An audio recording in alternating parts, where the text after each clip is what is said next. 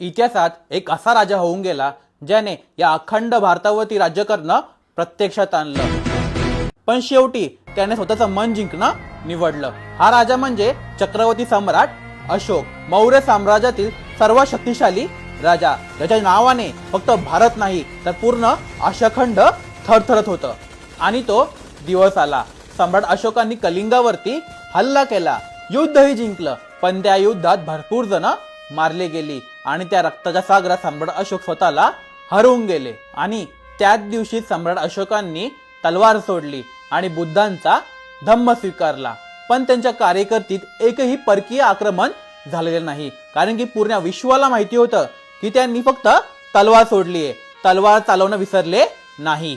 त्या दिवसापासूनच अशोक सम्राट जगभरात शांती, समानता आणि माणुसकीचं प्रतीक बनले। आजही भारताच्या तिरंग्यावरती असलेलं अशोक चक्र हे शांतीचं प्रतीक आहे।